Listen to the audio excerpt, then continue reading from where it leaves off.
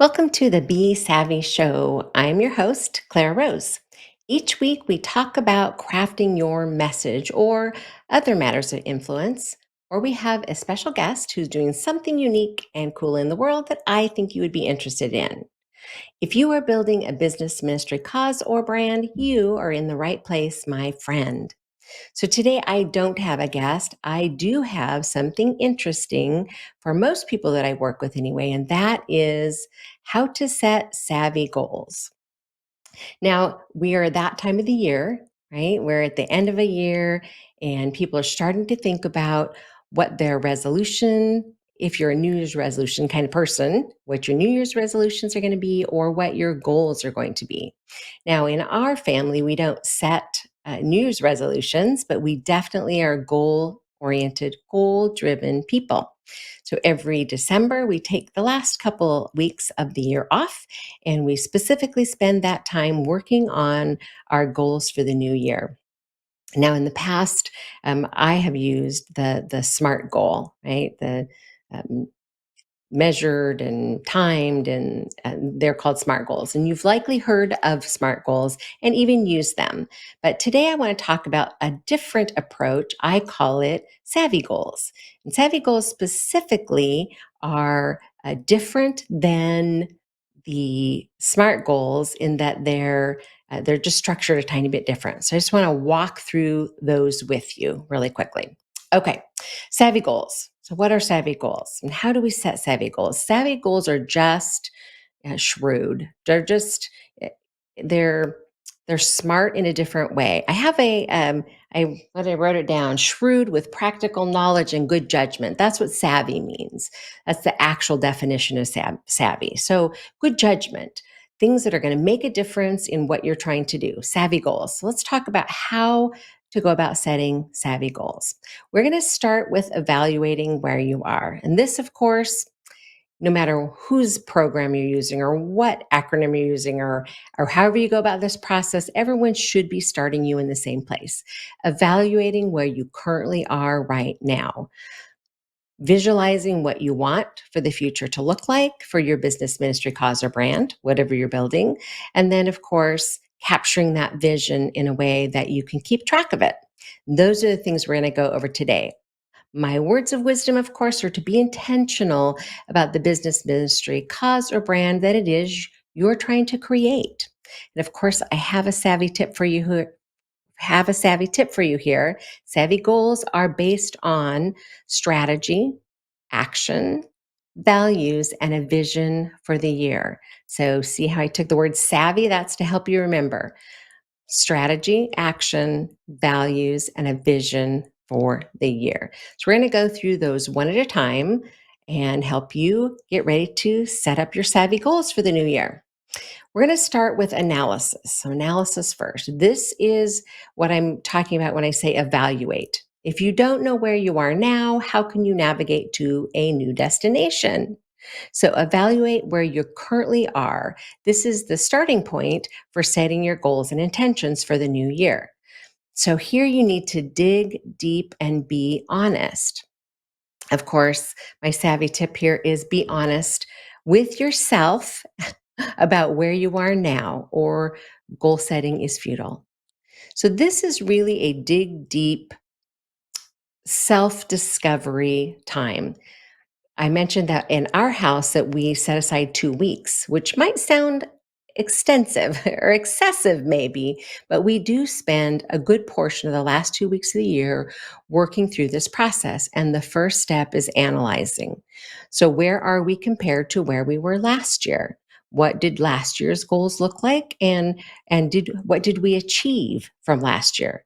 Now, we might be overachievers in this, but we also sat down in usually July-ish, July, August, and do another week or so of looking at our goals. So for us, this is that measure, monitor, adjust, right? We're reassessing halfway through the year if we're on track to meet our goals.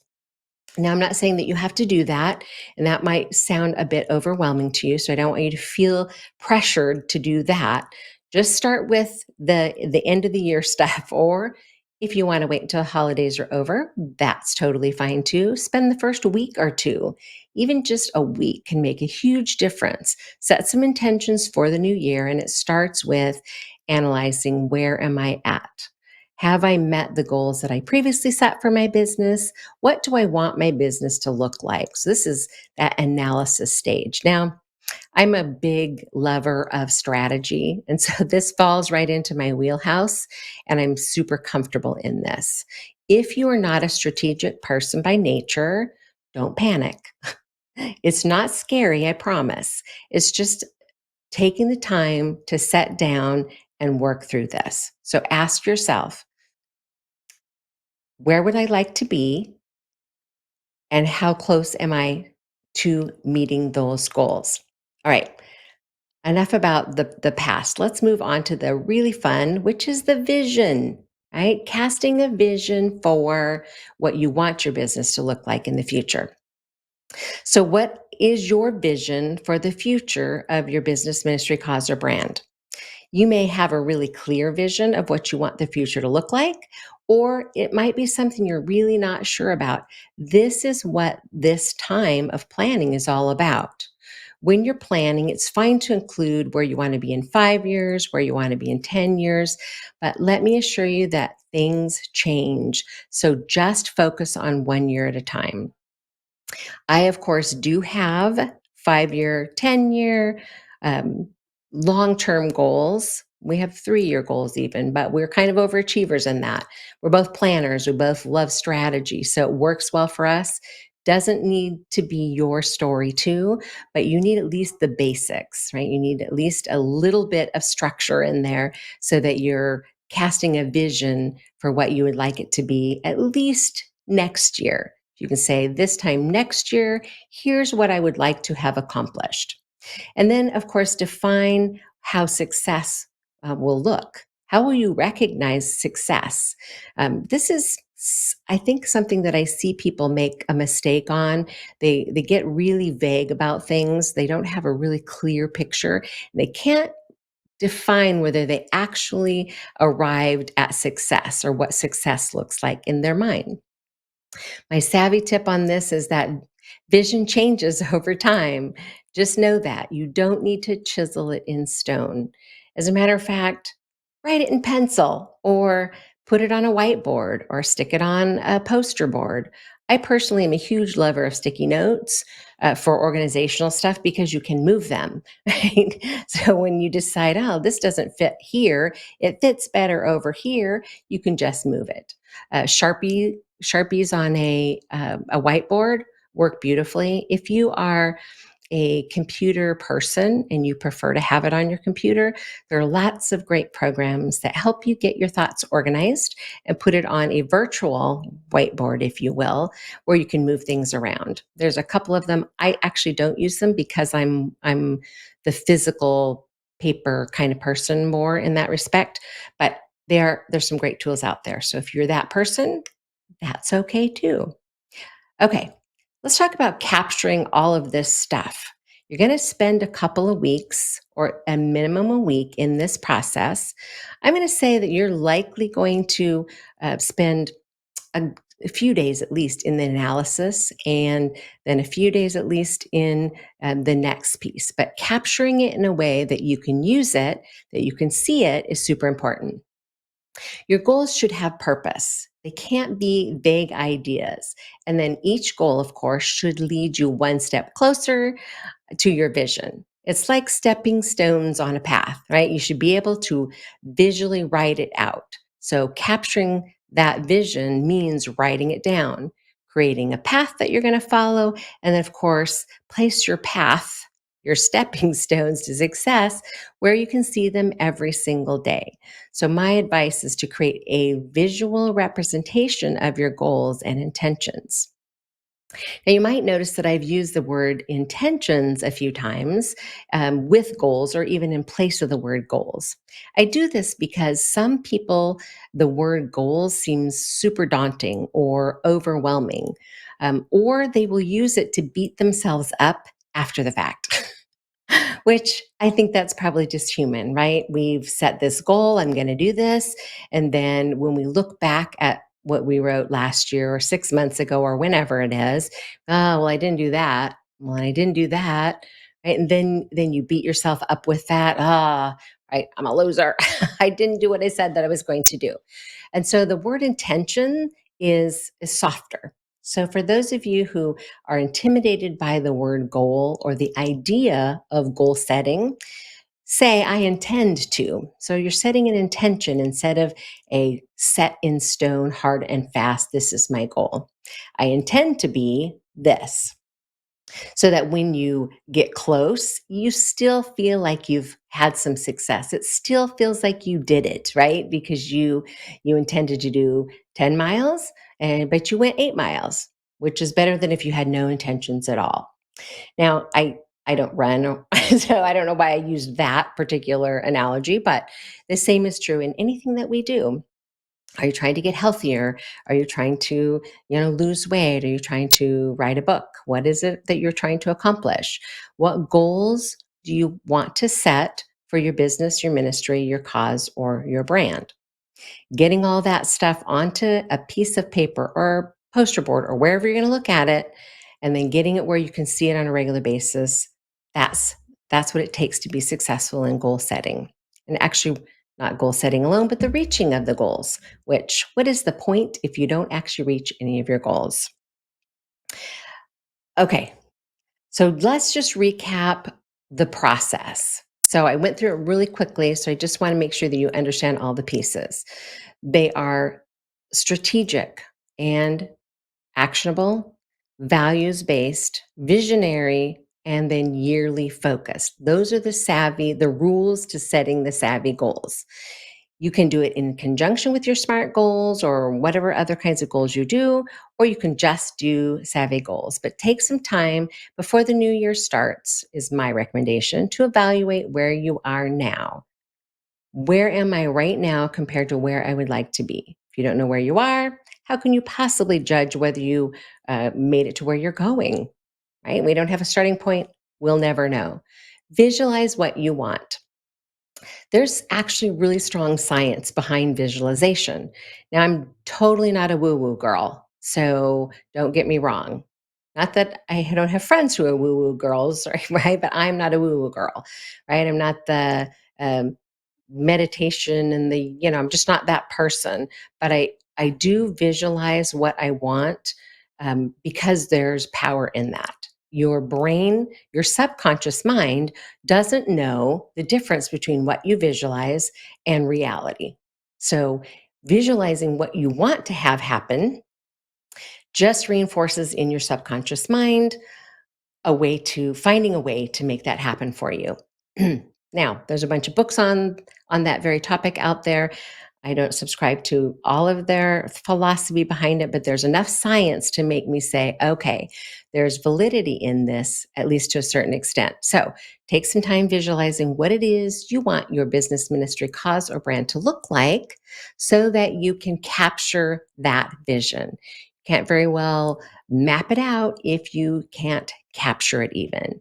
So of course, you want to plan to revisit these often so that you can measure, monitor, and adjust. Likely you've heard that before. If you are not measuring, monitoring, and adjusting as you go, next year will roll around and you will say, oh, yeah, I didn't meet any of these goals. So I have also done this, just confessing right up front, even with all of the planning that we do and all the strategy that we do and the monitoring that we do, there have been things that have fallen through the cracks. Something that didn't get created that I intended to create, something that didn't get published or written that I intended to publish. Some idea that never came to fruition because I didn't do anything with it. But I promise you that what I can say is I can look back at my goals list and I can say the things that didn't have stepping stones, didn't have a path, those are the things that often fall through the cracks and don't get done. Now that's true in anything in life, but it's really true in my industry. When you're talking about writing a book, it is really important that you have step by step a way to achieve what you're trying to achieve. Same is true in setting your goals. Same is true in anything in business. Step by step actions is what is going to make you successful. So think about it from a book writing perspective for a minute. You may or may not be one of my savvy authors. You may or may not be a writer at all. Maybe you're a speaker. Maybe you're, a professional who is thinking about writing a book, and that's why you're here listening to what I have to say. Or maybe you're just like, oh, someone is talking about setting goals. Wow, I need help with that. Whatever the reason that you're joining me here today, whatever that is, I can promise you that the steps to success is having a written plan. You can hope and wish and dream and want all you want, but until you have a written plan with step by step stepping stones to get you there, you will likely not achieve those goals. When you're writing a book, for instance, if you don't do a brainstorm, which is getting all that stuff out of your head, right? If you don't do that, you will likely never get your book written. If you don't do a blueprint, which is the process that we use to get everything in the right space, in the right order in your book, if you don't do that piece, that planning piece, you will write yourself in circles, I promise you. And your book will probably never get published. If you don't set down every single day, week, whatever it is, with your writing plan and get the writing actually done, I promise you, your book will never get finished and you'll never get published. That's just an example. And I use it because it's my industry of the stepping stones, one at a time, to get you from where you want to be, where you are, to where you want to be in a systemized way. Whether it's writing a book, writing a speech, building a business, whatever it is, it's the same exact process. Starting where you are and building a plan. Now, this is probably the farthest thing through your mind if you're not thinking about becoming an author. If you're not thinking about how you can benefit from having a book. But I just want to put this, as you're working on your savvy goals, put this into your mind, put this into your thought process. During the evaluation phase of your goal setting, your savvy goal setting for the new year, think about the value that having a book that you can use as a tool that will organically generate leads for your business, ministry, cause, or brand. Think about what that could do in your business. As you look at what your goals are for next year, is it that you are after more clients? Do you need more revenue? Is there something that you constantly or consistently are saying to potential clients or even clients after you already have them? Is there something that you keep repeating to people that it would be a better use of your time if you actually put it down in a book or a workbook or a journal, right? Something that you can use to market what you do. You likely have something that is your professional wheelhouse. Most of us, whether we're working for somebody else or we're working for ourselves, we have our own special gifts and talents, our own secret sauce, our own superpowers. My superpower is helping people craft their message for the world. Ask yourself, what is my superpower? What is it that I have to offer? Can I take that, put it into a book, put it out to the world, and use that as a tool to build my business, ministry, cause, or brand? I promise you that it can organically generate leads when you set yourself up as an expert in your industry. Absolutely, that's a great tool for generating leads for your business. Beyond that, it can be also a great tool in your business. Outside of generating leads to bring people in, it can be a tool that you create to use in your business. A great example of this is somebody who has a coaching program or maybe they're a trauma coach. I've worked with a couple of those. So the book that they created, the workbook that they created, actually they use in their business. It's not about attracting people to their business. It's about helping people once they're in their business. So just think about how could I create something that I could leverage in my business? I always bring it back to writing and speaking and leading because I know that that's the fastest way to get influence, and influence matters. When you have people's ear and they're paying attention to you, you are going to be more successful in all the things that you do. It's just true. Sadly, influence can be negative as well, but of course, we're not going to focus on that because we're focusing on building some positive, savvy goals for the new year. If you are one of those people that are saying, yes, you're right, Clara, I need a book or a workbook to either organically generate leads for my business, ministry, cause, or brand, or I need to create something that I can use in my business that I can use with my clients to help them achieve whatever their goals might be. If that's you, I want to invite you to hop on over to craftingyourmessage.com and check out the Savvy Author membership. So, Savvy Author membership is very unique in the marketplace. It's really the first program of its kind to give you the complete blueprint for creating a successful book. Plus, it gives you the education about the why and the how and the ability to get it done. So, no matter where you are in your journey, the Savvy Author Membership Program can help you to plan and write and publish and launch your book. You get professional guidance with a proven proprietary process for creating the right book. So the book that does what you want it to. I can't tell you how many times I've seen people put books out there that didn't actually do what they wanted it to do for them. And so then they're coming to me saying, this isn't doing what I wanted to do. And then we just have to take a step back and say, okay, what is the right book? And can we create the right book from this content, or just do we need something else? Sometimes it's as simple as let's create a journal or a workbook that goes with your book. Maybe your book is bringing leads, but you can't really use it in your book, in your business. So we create a workbook to help your clients.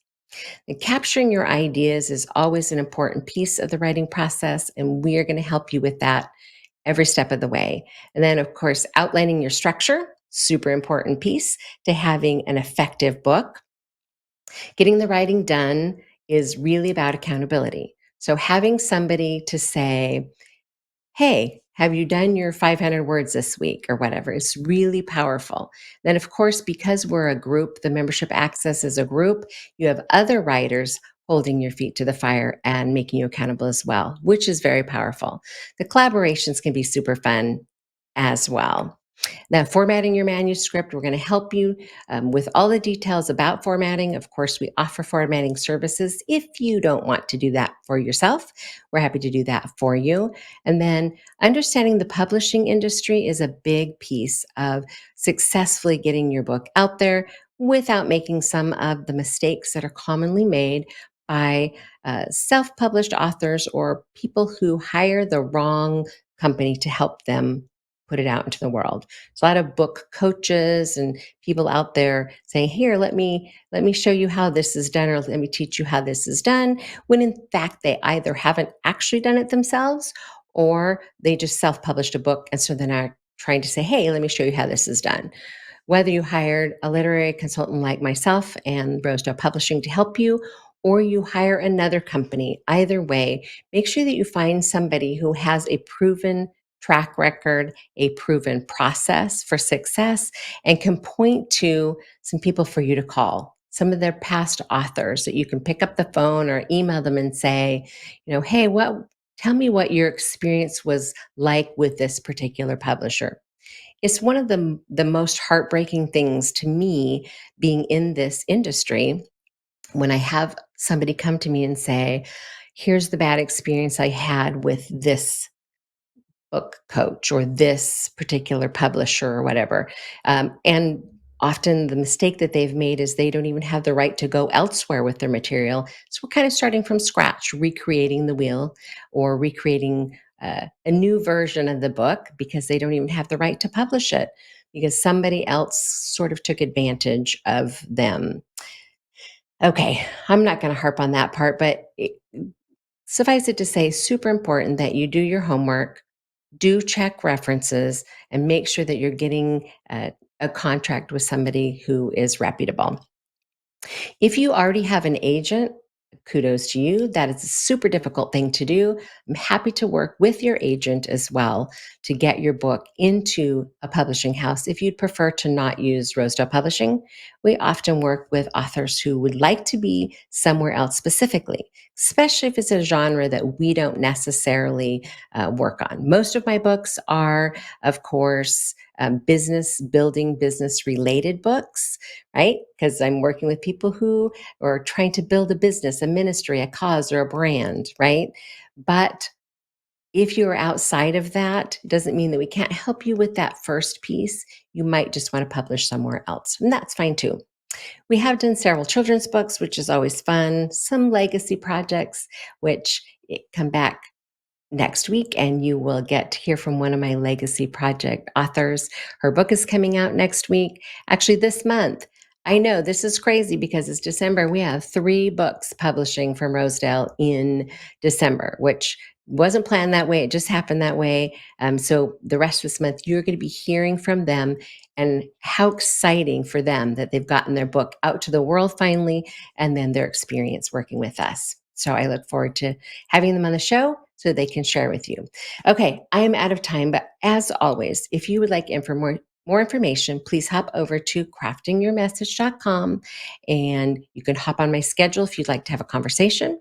Also talks about my ghostwriting services, my co-writing services, and the Savvy Author membership. And why it doesn't say it yet, I'm super excited that coming soon is our own branded app. So the Savvy Author app will be out soon. I'm thinking right after the first of the year. Super excited for that to roll out. All of my best content will be curated right there so that you can get all the good, juicy stuff right inside the app. So, coming soon. Stay tuned, my friend. Okay, well, I'm out of time, but thank you once again for showing up and allowing me to pour into you. I hope they've given you some value. And this time of year, I'm going to say, God bless you. Remember the reason for the season, my friend. All right, see you next week, same time, same place. Take care.